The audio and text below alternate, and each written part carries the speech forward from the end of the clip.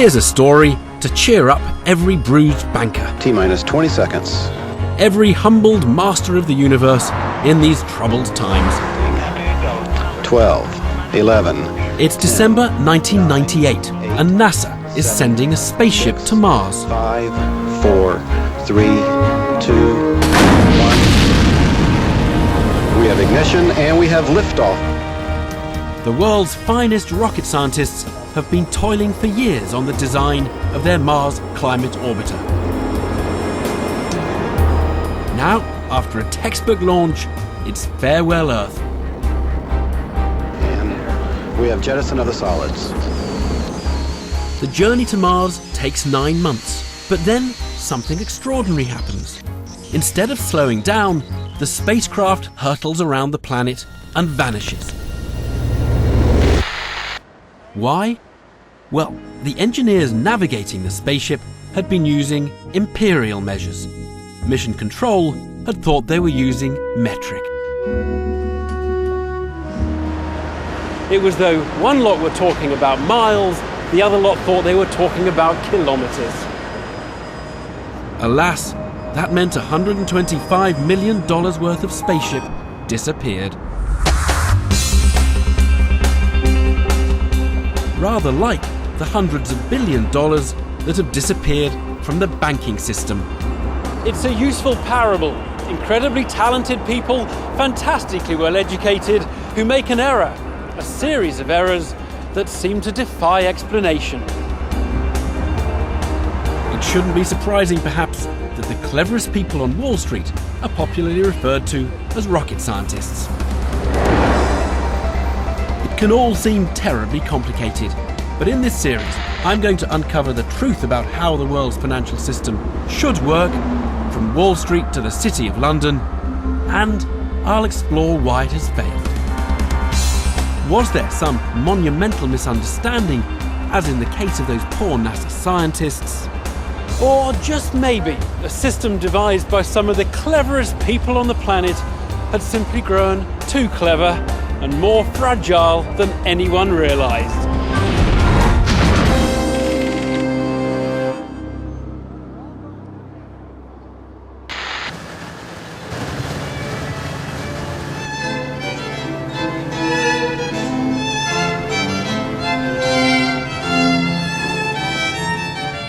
Banking really shouldn't be complicated.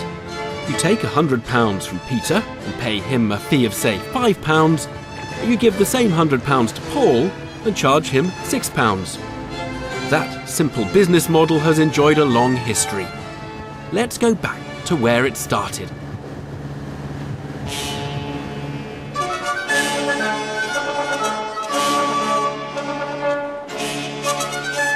My voyage of exploration begins in the home of one of history's great adventurers, Marco Polo.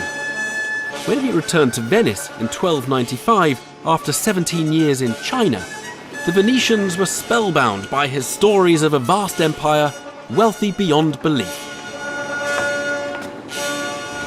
Now, of all Mr. Polo's exciting tales, there was one that perhaps appeared relatively prosaic at the time, but which turned out to be of stupendous significance.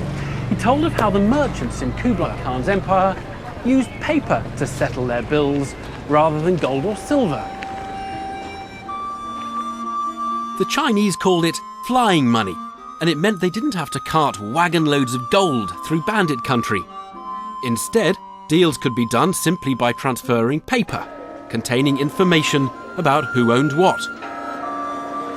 What a liberation this innovation would turn out to be. You take your real wealth, heavy and cumbersome, you park that and replace it with pieces of paper, so much more portable and convenient.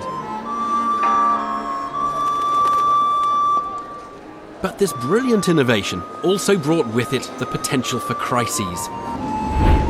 Because on occasion, the value of the real assets may not match what's written on the paper.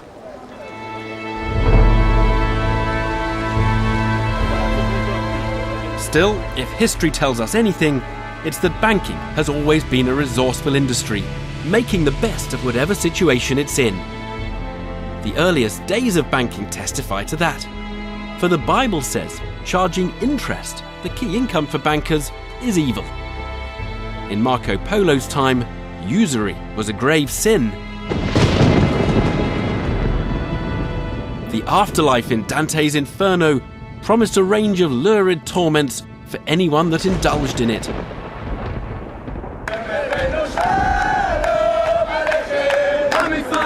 But ever pragmatic, the Christians of Venice found someone else to do their banking for them.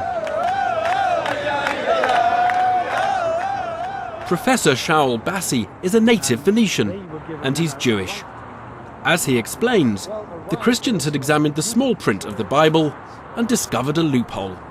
The Bible has always been a matter of interpretation, and so the official Christian doctrine prohibited money lending at any sort of interest, whereas someone said that the Bible actually prohibits lending money to your brothers.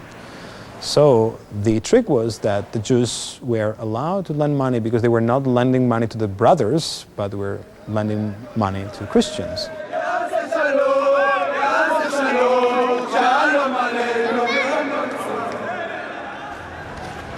The Jews were forced back into the ghetto by night, but it was around here, the Rialto, that they carried out their money lending, money changing, their banking. Now there are lots of stalls around here today, mostly selling plastic models of the Rialto, probably made in China. But back then, when this was a Venetian Wall Street, there were tables and benches around here where the money lenders carried out their business, hence the word for banking, the Italian for bench, banco. Venice, Florence, the great northern Italian cities of Lombardy. They invented banking as we know it, and they exported that knowledge all over Europe.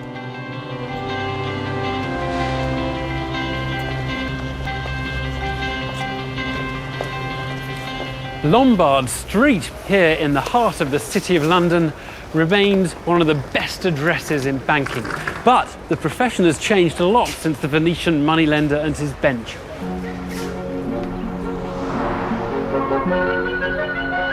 There are two basic types of banking. There's the traditional high street bank or building society, founded, or so they'd have us believe, on good old-fashioned values like prudence and trust. This seems a sensible proposition to me. Ah, good. Well, knowing you pretty well as we do, Mr. Baker, helps a lot. You mean you trust me not to go off on the spree if you give me the money? You could put it that way if you like. Yeah, here's a hot lead. Research just put Thrift on the recommended. What? Yeah, dump it for Christ's sake. Let's go. 30,000, 3,800. Then there are the investment banks, the Wall Street institutions, which entered popular mythology in the 80s thanks to a movie which included that classic line. That greed, for lack of a better word, is good. Greed is right. Greed works. A 2,500 additional, 3/4 grunt. Investment banks do anything really. Advise companies on a merger, advise them on a demerger. Most of all though, they create and trade financial products. Shares or bonds, for example. Get me a name on it. Tell Mills I could use additional. The path from 13th century Venice saw quite a parting of the ways of these two types of business. But in the world of modern banking, they sometimes became rather entwined. They intruded on each other's territory, and the result has been catastrophic. Let's see exactly what happened. Let's look at Britain's first high street banking disaster, Northern Rock, with those indelible images of people demanding their money back in September 2007. And at the biggest investment banking collapse, Lehman Brothers, the one that sent the whole banking system into meltdown. The bosses of these two institutions have been called to account for their roles in a crisis which affects us all. You belong in jail! You criminal! You should go to jail right now! You've seen the pictures, images of two episodes that have come to define the whole banking crisis. So, for Northern Rock and for Lehman Brothers, why did it all end in tears?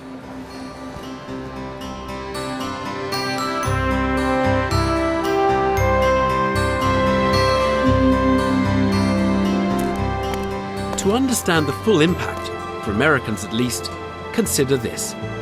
Lehman Brothers had been in existence since the days of good old Abraham Lincoln.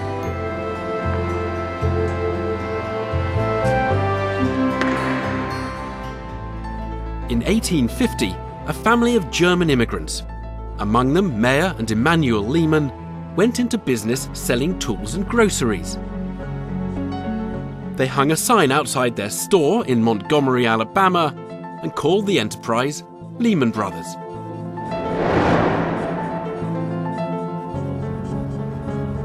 They inhabited different continents, pretty well different worlds, but Lehman Brothers and Northern Rock share a birthday.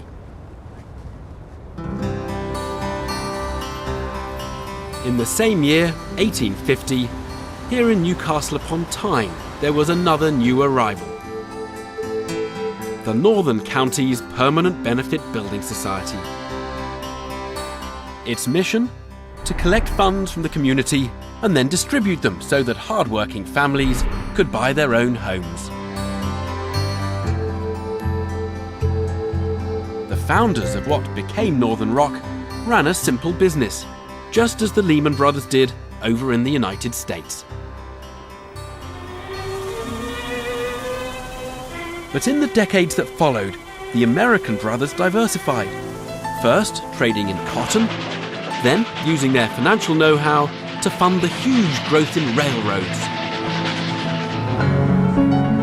Lehman Brothers grew still further as the US became an industrial powerhouse in the 20th century, providing the finance for iconic companies such as Woolworths and Macy's.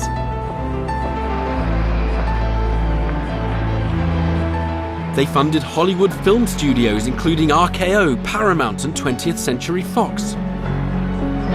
Why a Dumont? They floated Dumont, who made the first television sets, and they financed Intel, the computer chip giant. From its humble origins, Lehman Brothers went through ups and downs, different owners, to become a giant of Wall Street, a major player in the international markets. And it expanded by selling financial instruments, pieces of paper, rather than groceries. And over on Tyneside, for Northern Rock, there was nothing quite so glamorous as bankrolling Hollywood, but year after year, they performed a vital task all the same, providing somewhere safe to keep your money. And once you'd saved enough, the prospect of a mortgage and home ownership. By the 1990s, Northern Rock was still doing exactly what it always had done. But in 1997, remarkable things were happening in the Northeast. And on a giant scale.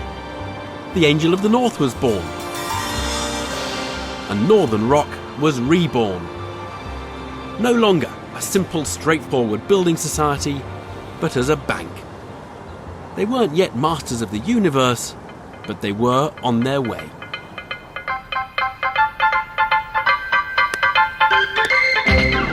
The man who would lead the Rock for most of its dynamic new life was Adam Applegarth.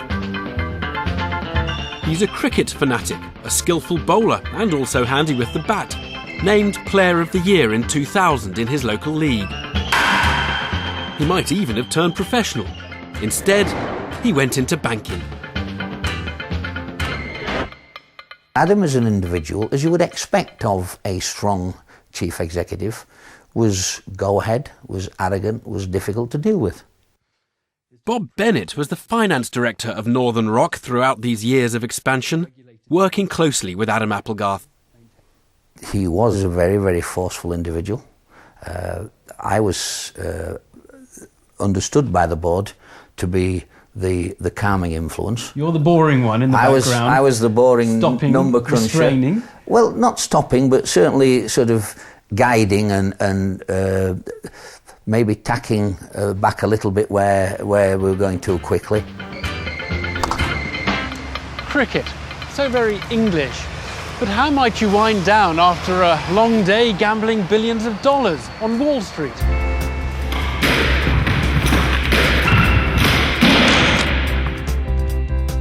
For Lehman Brothers, Dick Fuld was chief executive, one of the best squash players of his generation, and always a ferocious competitor. At his estate in Connecticut, one of his 5 homes in the US, he has a private court and plenty of room for entertaining. Enough, in fact, to host the entire US international squash team. Billionaires can do that sort of thing.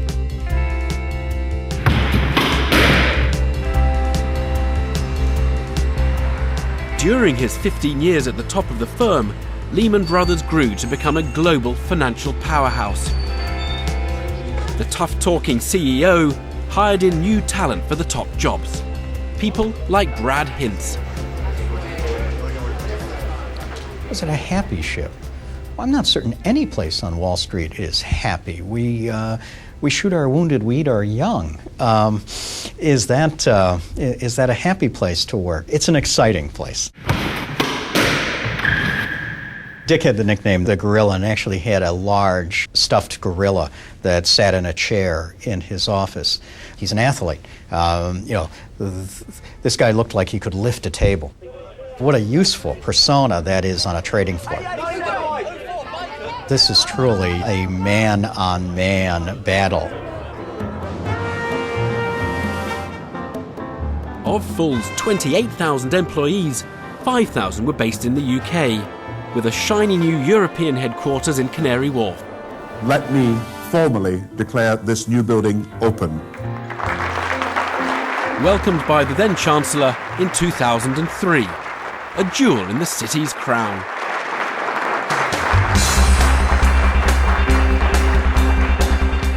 At Lehman's and at Northern Rock, two real go-getters were in charge. But banking is a challenging business when you're really ambitious. Let's find out why. What is a bank really, except a giant balance sheet? First, it must have some money of its own. Capital it's called. You'll see it's important later, but think of it as the bank's standby money should anything go wrong. With that in place, the bank proper can be built. And that's really just two enormous columns, one of money borrowed and the other of money lent. Yes, the bank has to borrows from us when we put our deposits there. And the bank pays interest on that. Then the nice side of the balance sheet, the money the bank lends, mortgages say. The bank makes money on that, it earns interest. The profit the banks make is the difference in the interest rates on the two sides. To make money, a bank somehow has to earn more on its lending than it pays out on its borrowing. That's the banker's challenge. So, for the Lehmans and Northern Rocks of the world, coining it in, taking a small margin between two tall towers, isn't easy. But it can be done. Some bankers have done it brilliantly well.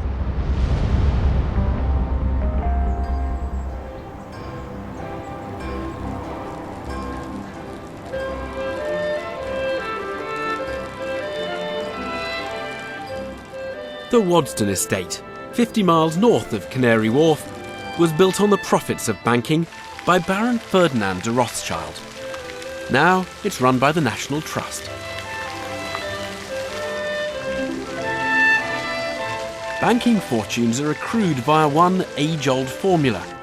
The bank lends long-term and can do so at a higher rate than it pays out if it borrows short-term. As a banking expert explains, this formula is fundamental to the profession itself. In the trade, it's called maturity transformation. You borrow short and lend long. And if we didn't have somebody who was doing that in society, how on earth would we ever be able to afford to buy houses? People say it's very irresponsible of banks to borrow short, to borrow with the potential or obligation to pay people back very quickly, and to lend long, over 30 years. Is that irresponsible of banks? That's what banks do. And it's silly for people to say that this is wrong. This is indeed at the absolute core of what a bank does. That makes banking very fragile. The problem is that your wealth is a function of two things. How much you could actually sell it for if you had the time to sell it for its maximum value, and how much you can sell it for if you have to sell it tomorrow. And that's a lot less. And that's a lot less. So a bank that looks very rich on one day, if it needs the money in a hurry, will be virtually bust because its assets will disappear if it has to sell them in a hurry. That's correct. –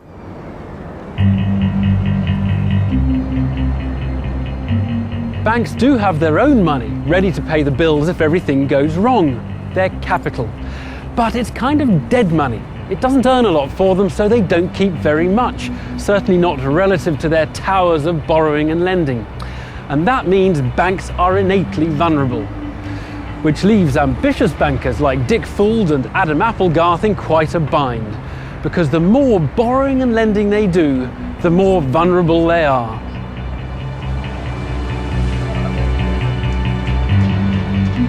Banks of all types, from Lehman Brothers to Northern Rock, wanted that holy grail, a way to be highly profitable and secure at the same time.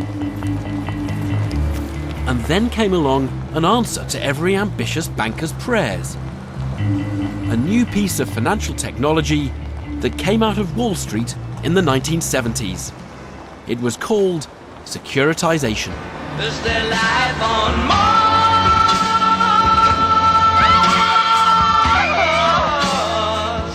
Well, good question. NASA is still looking. But David Bowie can teach us plenty about securitization. Ziggy Stardust turned 62 last week.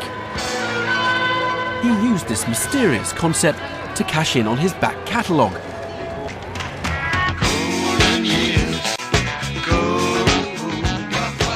In 1997, David Bowie simply estimated his royalties income for the next 10 years and said, you know what, I'd rather have the money now. And so he issued financial securities, Bowie bonds. He sold them for $55 million cash, and the people who bought them took the royalties plus interest in return. Everyone was delighted, and that's securitization.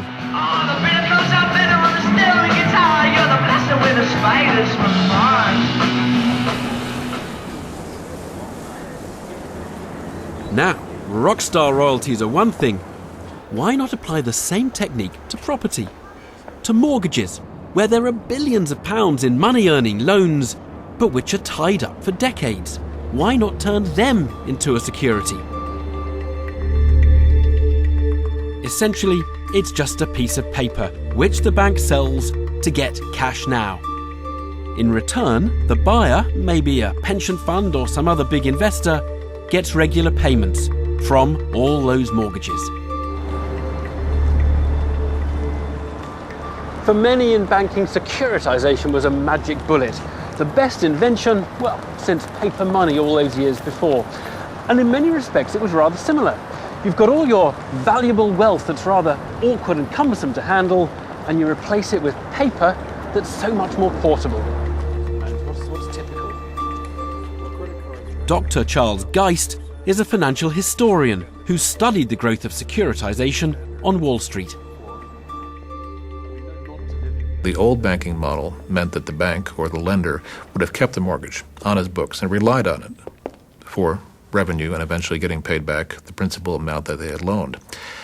Under the new model, bankers were now making loans not in the traditional way of gauging the financial quality of the customer, because it was going to be somebody else's problem. What do you think securitization means to a bank to be able to sort of take its assets and just flog them off like that? Securitization allowed banks to explore fields they had never been in before. It may be actually the greatest financial innovation of the 20th century. It just turned the world upside down in terms of borrowing and lending.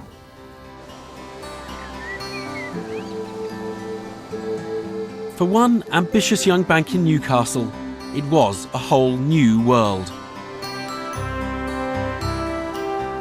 The way to build the business was not to just borrow and lend more, but to follow Wall Street's new formula for churning out money. These were happy days for Northern Rock. Take control with a mortgage, extra cash and a credit card together at the same rate as the mortgage. We were by far the biggest user of securitization. We went from a first deal of, I think it was 500 million in 99 to something like 20 billion in 2006. It took market share from less than 2% to 17% in 2006, nearly a third of all mortgages in the UK. Get extra cash and a credit card together at the same rate as the mortgage. Northern Rock actually had a rather nifty three-step sequence. First, it would borrow a wad of money short-term from another bank maybe, that's called wholesale borrowing. Then it would lend it out as mortgages, then it would sell the mortgages off as securities. It allowed organisations to lend and then fund and then use those funds to lend again and keep going. So what you've actually got is a conveyor belt of funding.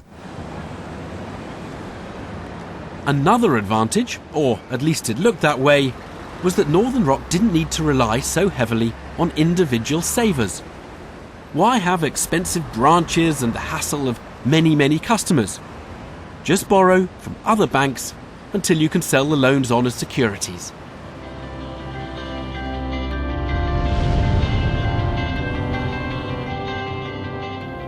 Securitization had enormous potential to transform banking. Remember the old balance sheet with money borrowed and money lent and banks' own bit of capital on standby for when things go wrong? Well, securitization allows the banks to borrow and lend more and then to sell off the loans to pay off some of the debts. The bank can do that repeatedly, borrowing, lending and selling off, and that's good for them. They make their money by borrowing and lending. What securitization does in principle is allow the banks the benefits of lots of lending without the risks. Why? Because if the loans go bad, that's now the problem of the guys you've sold them to.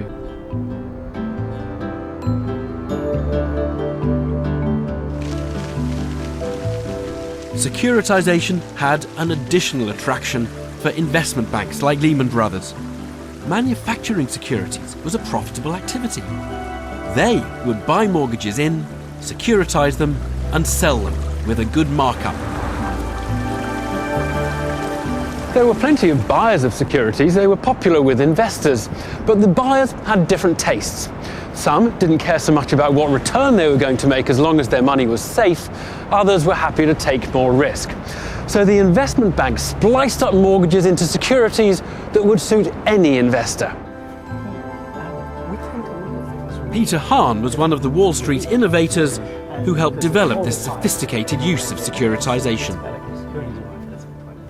We call them collectively CDOs, or collateralized debt obligations. And it got so complicated, we even did CDO squares, which were collateralized debt obligations of collateralized debt obligations. And those are very complicated. Now, an important twist in the plot.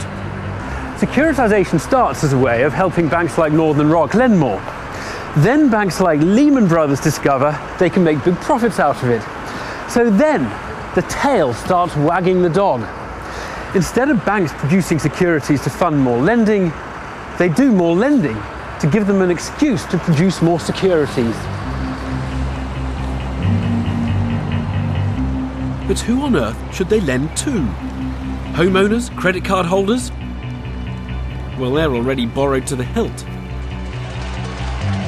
Latin American governments, perhaps? Last time we tried that, it ended in tears. No, to find new borrowers, boldly go where loans have never gone before. The poor and dispossessed. The subprime. Think what an extraordinary departure it was for the aristocrats of finance, not just Lehman Brothers, but their rivals too. Organizations that had brokered big corporate deals, loaned money to governments, to suddenly think that where the real money was to be made was in lending to poor people. It was an amazing change of business to make mortgages to individuals, sometimes of very skeptical value. Around the US, it's astonishing that that was the business that they were in.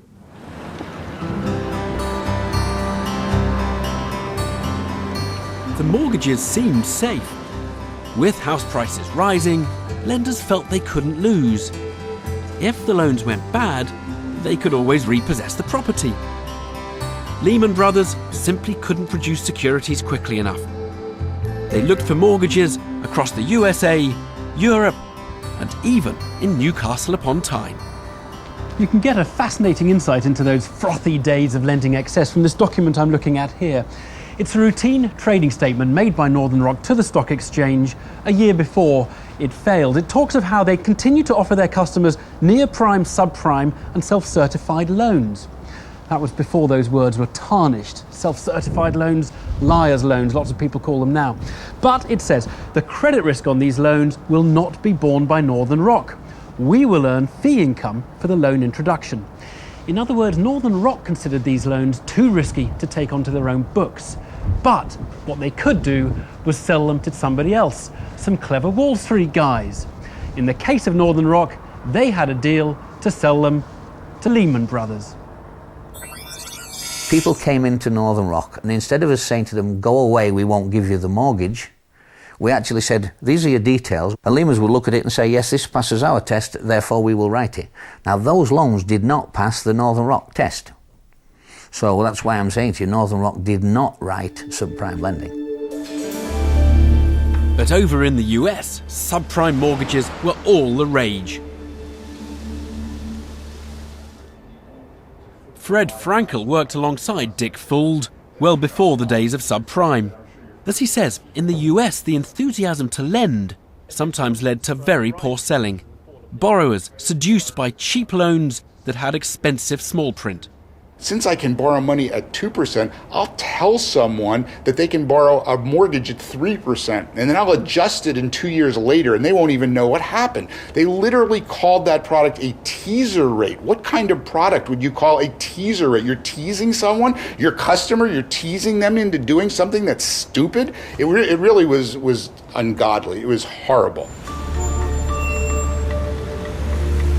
So what exactly were Lehman's getting up to inside this building with these subprime mortgages? What alchemy allowed them to generate large profits from such low-quality raw material? They would take the mortgages that they owned and put them into buckets. Buckets are just receptacles that I've named buckets of all different kinds of mortgages. So it could be some mortgages of very, very wealthy people in large homes, and it could be some mortgages of first-time home buyers that really didn't have great credit scores. And then they would be in the business of selling those whole buckets of mortgages off to investors. Now, the really clever bit occurred after they'd filled their bucket with mortgages, some of which were decidedly dodgy. They managed to create some securities that were apparently safe. The trick was to create a range of securities. This one is dead safe. Call it AAA. It has the first claim on the money coming out of the bucket. But that leaves these others, such as this one, call it grade B, which get paid after AAA has had its money. It's all designed, though, that if everything goes well, this one does get a very generous rate of return. So what you have is one bucket, a very safe security, a less safe security, and a whole lot of others in between. It's a bit like racing and betting on the long shot. If you buy the risky piece, you get paid more, but you take a lot more risk, and the likelihood that you lose money is high. In reality, these CDOs were incredibly complicated. Not one piece of paper, they were sometimes several hundred pages long, and they were based on complex mathematical formulae. Do you understand these collateralized debt obligations and CDO squared? I understand them in principle. I think it'd be a whole different matter to sit down and actually take one apart. The problem with it is that no two of them are quite the same. The designers, the rocket scientists who developed these things, they were making so much money at it, there was absolutely no incentive to ever tell anyone that these things could explode, even when they could explode on their own employers. Yet, the CDOs appeared safe enough to investors because the investment banks had hired specialists to assess the risk, the ratings agencies.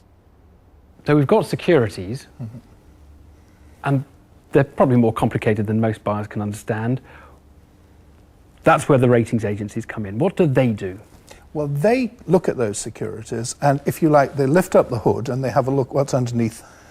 And then they will put it all back together again, and they will say, indeed, to our best judgment, this is AA, single A, triple A, whatever.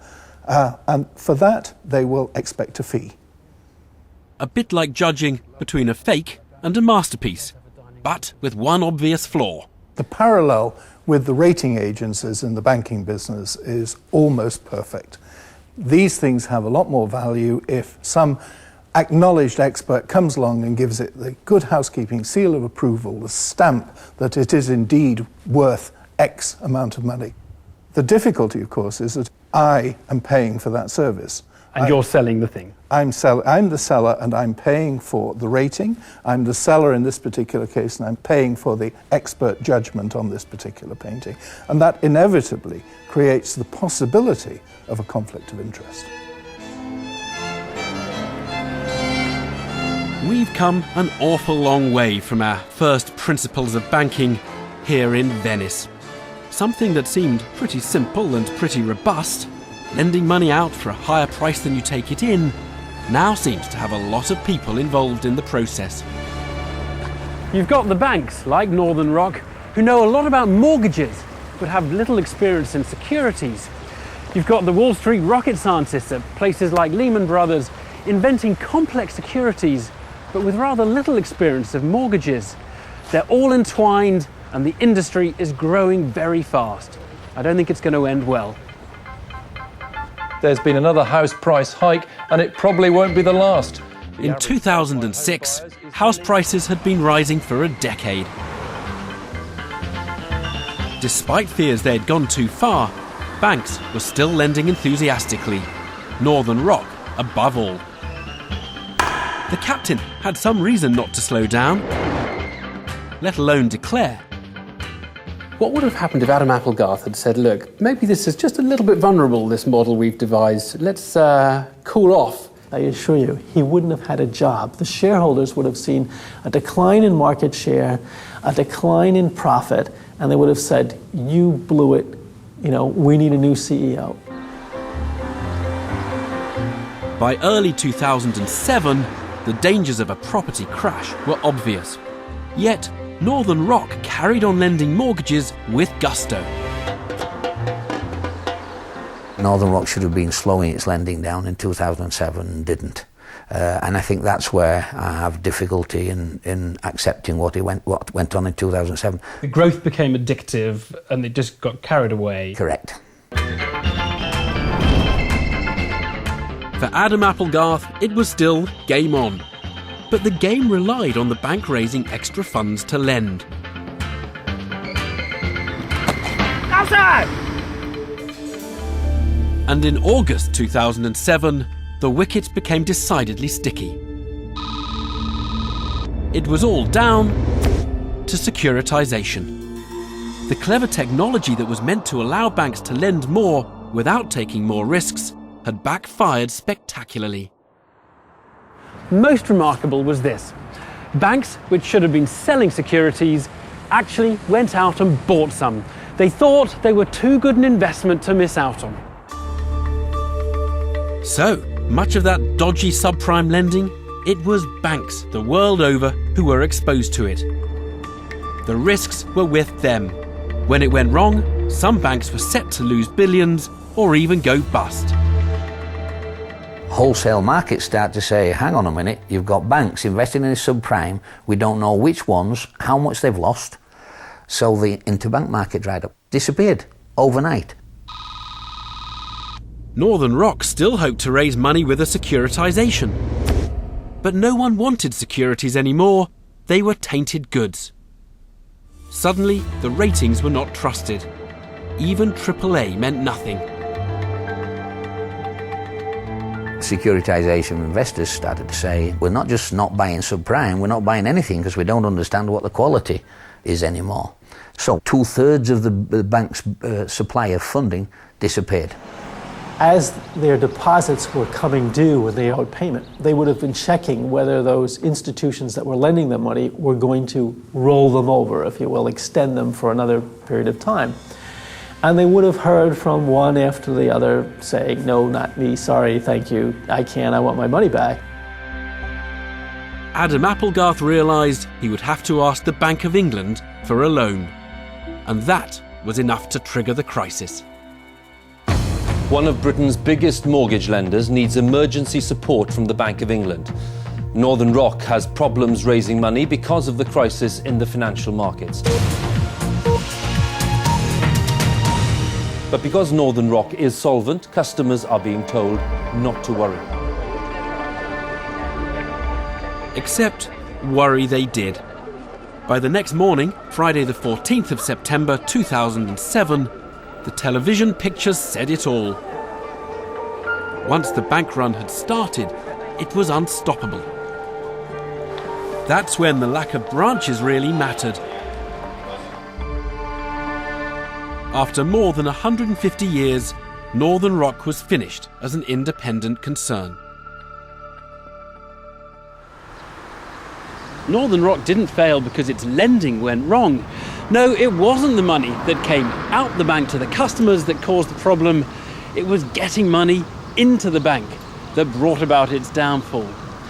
In the good times, Northern Rock's success had been brought about by building up its balance sheet so profitably, so quickly. In the bad times, that's the way to go from hero to zero at breakneck speed.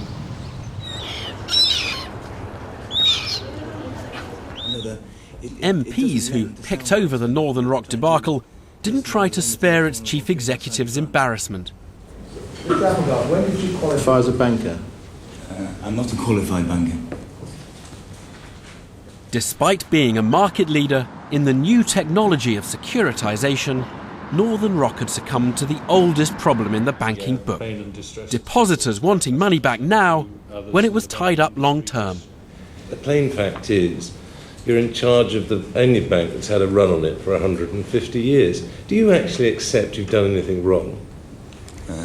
I feel great regret for the anxiety our retail customers have seen. It was a good business model, but clearly couldn't deal with the unforeseen global freezing of the liquid markets. You keep saying it was unforeseen, yet this committee had been discussing it for 6 months. Given an opportunity to accept some measure of blame, Northern Rock's chief executive declined. There was nothing you could have done to mitigate this risk? No. No action you could have taken that could have mitigated this risk? No. That arrogant I'm right attitude took place in an environment where the macroeconomics were getting more difficult. That is probably the biggest reason for Northern Rock being first in the queue of being affected by the credit crunch. Northern Rock is a very, very good company. The people within inside the company are fantastic people. It shouldn't have been the first bank that went over the edge.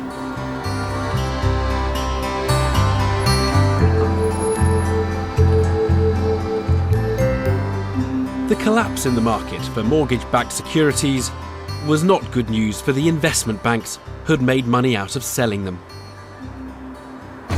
The international credit crisis deepens as America's fifth largest investment bank needs an emergency bailout. The first big casualty on Wall Street was Bear Stearns in March 2008.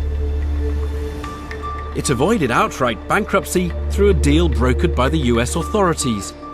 But now, nervous investors began to ask, who's next? Lehman and Bear Stearns were the two largest mortgage securitizers. They were the ones who were at the center of the storm. Their alchemy had tried to turn subprime mortgages into AAA securities. The problem was, to make those AAAs, they'd been left with others, far less safe or saleable. The investment banks were sitting on the worst of the securities that they had underwritten, those which other investors didn't want. And it's embarrassing for an investment bank to package and underwrite these securities and then not find a buyer. So they're sitting on these things. When the market closes and when the values are shown to be worth much less than they'd thought, they're the ones who take the loss. Yes. It's easy not to see the dangers when the machine is producing enormous profits. Dick Full's bank had borrowed heavily. Now its assets were plummeting in value, and the lenders thought they'd take their money back. Remember, they didn't have deposits. They had no secure retail funding. Their funding was all institutional, and it could all dry up very quickly. Oddly enough, experts panic quicker than individuals. They know what's going on. They're better informed, so they know to get their money out earlier on than the individuals. Not only are they better informed, they also pick up rumours quicker. So sometimes they're ill-informed, but they will move fast because the last thing they want to be is the person who's stuck with the money in a failing institution. Fuld came close to selling the bank, but he left it too late. Is the feeling that bankruptcy is inevitable now? Is that the concern? I think so, and there'll be more. There'll be more. This is a once-in-a-half-century, probably once-in-a-century type of event. Exactly 12 months to the day after the run on Northern Rock, on Sunday, September the 14th, 2008, Dick Fuld watched his company collapse. Lehman Brothers has filed for bankruptcy after billion-pound losses, mostly in US mortgage markets. Oh, terrible. Death. It's like a massive earthquake. 5,000 staff at Lehman Brothers' London office had no work to do except look for another job and get ready to move. How do you rationalise that when the rest of the country is? Just as Adam Applegarth had faced his inquisitors in Parliament, the boss of Lehman Brothers was subjected to a classic piece of congressional theatre. I wake up every single night thinking, what could I have done differently? In certain conversations, what could I have said? What should I have done? And I have searched myself every single night. Despite his apparent anguish, his inquisitors seemed to be demanding a performance that was more contrite. Wait till you hear this one. If you haven't discovered your role, you're the villain today, so you got to act like the villain here. But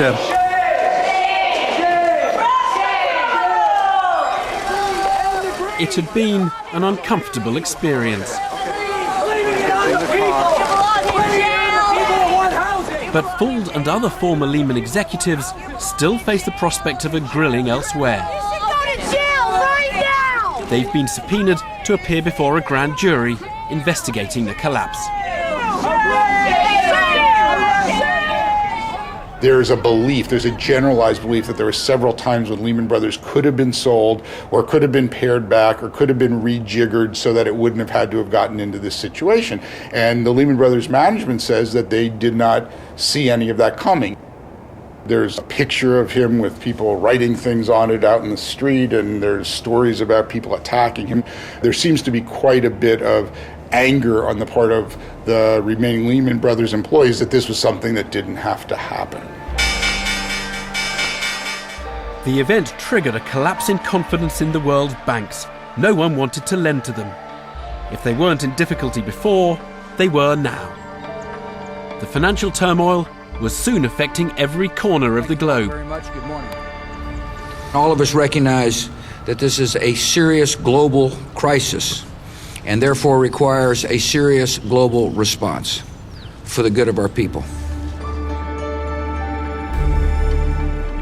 Many banks around the world were swept up in the panic. Many banks were infected by the same problems. Somehow, the banks had taken the magic bullet of securitization and fired it on themselves.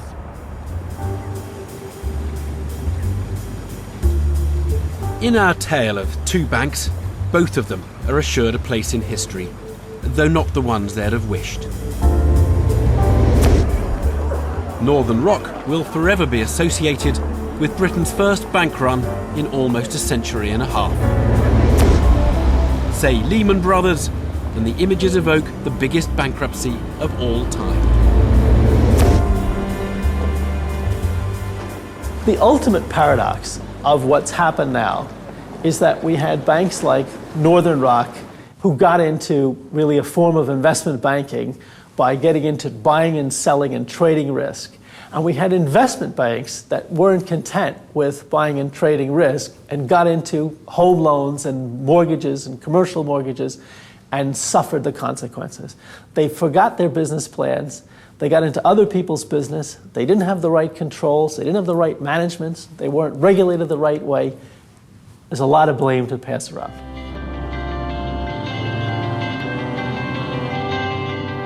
So what do banks do when all goes wrong? Well, remember the balance sheet, money borrowed and money lent, And of course, the capital on standby. If some of the money the banks have lent disappears, they have the capital to fill the hole in their finances. Alas, so big was this disaster, the banks effectively used their capital up. That meant governments had to come to the rescue. Some banks were as good as bust, others couldn't afford to lose another penny. They needed help, and there was little point in just lending them more money. So, the big bailouts we've seen injected new capital into the banks in order that they could afford to lose money again. Alas, that hasn't been enough to make the banks feel confident. Their response? To take fewer risks, to borrow and lend less and less. Banking crises are protracted affairs, meaning you don't get rid of them in a matter of months. It takes a while, it takes years. Carmen Reinhardt is an investment banker turned professor who has studied all the banking crises of the post-war period. There are no two banking crises that are identical, but this has had all the typical symptoms. Credit activity is severely disrupted. Financial institutions plainly do not want to lend. They become very conservative. Both households and firms need credit. Credit is not forthcoming. Economic activity is affected. Shrinking banks suck money and spending out of the economy, as happened in the 1930s to such devastating effect.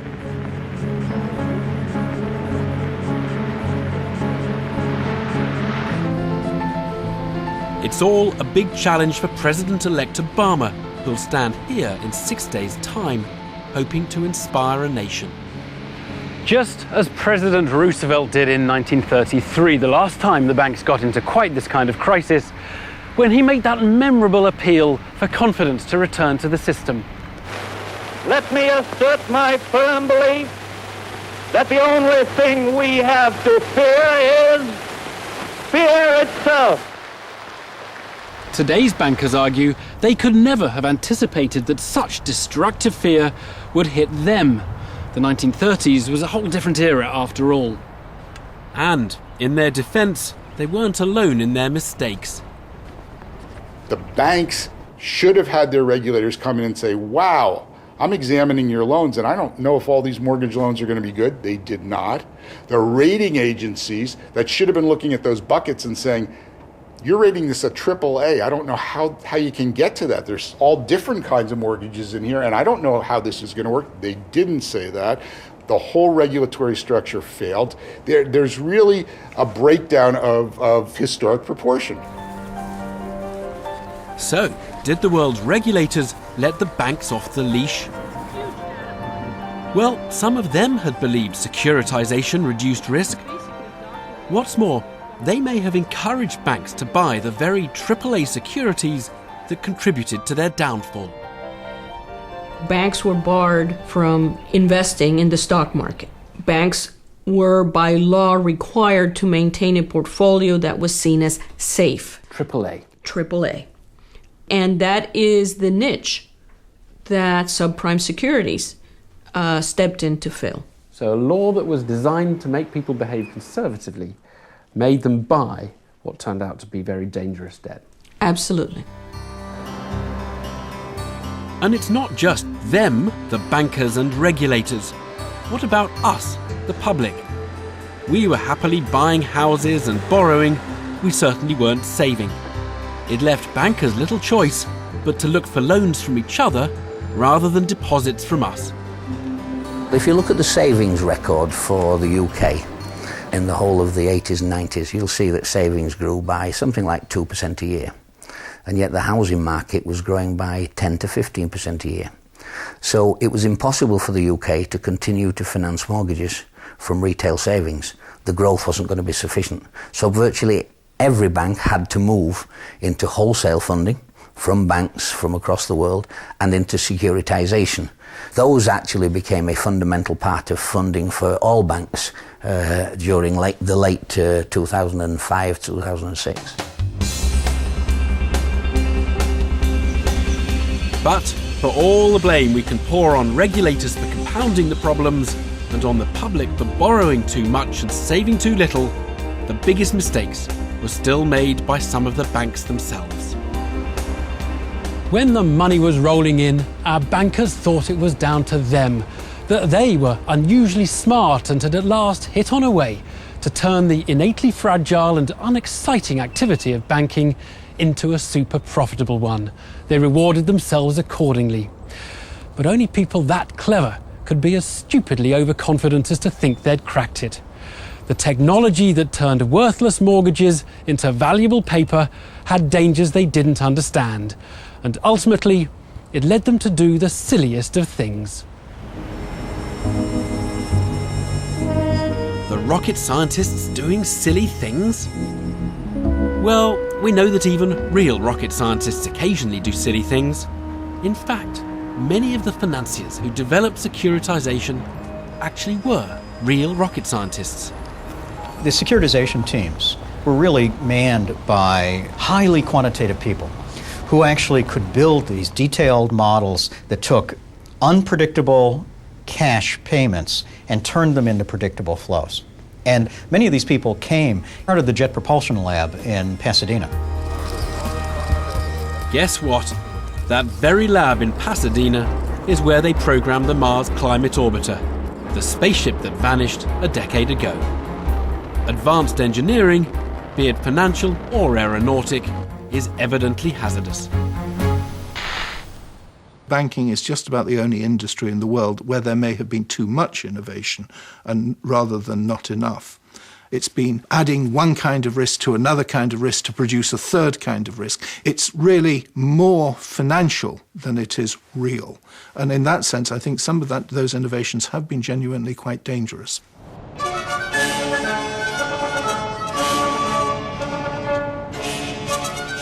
In future, we probably want the people running our banks to be a little less clever, a little more wise, a little less excited by the next big thing. Perhaps the single most important lesson, even from Venice's past, is always to be wary of innovation. Now, what I probably should have mentioned a little earlier when we were talking about Marco Polo and the miracle of paper money is that just over 150 years later, the Chinese got themselves into a spot of bother and found themselves wallowing in a sea of worthless paper. They'd gone on printing more and more notes without the assets to back them up, and so they had hyperinflation, which all but destroyed the economy. As the Chinese discovered, and we've just rediscovered, there's no such thing as a money machine. Not for banks, nor for anyone else. The crisis has not only involved banks. In the next programme, I'll be talking to some of the world of finance's professional risk takers, the hedge fund managers, sometimes characterised as spivs and speculators. People whose biggest gambles have often backfired, leaving chaos in their wake.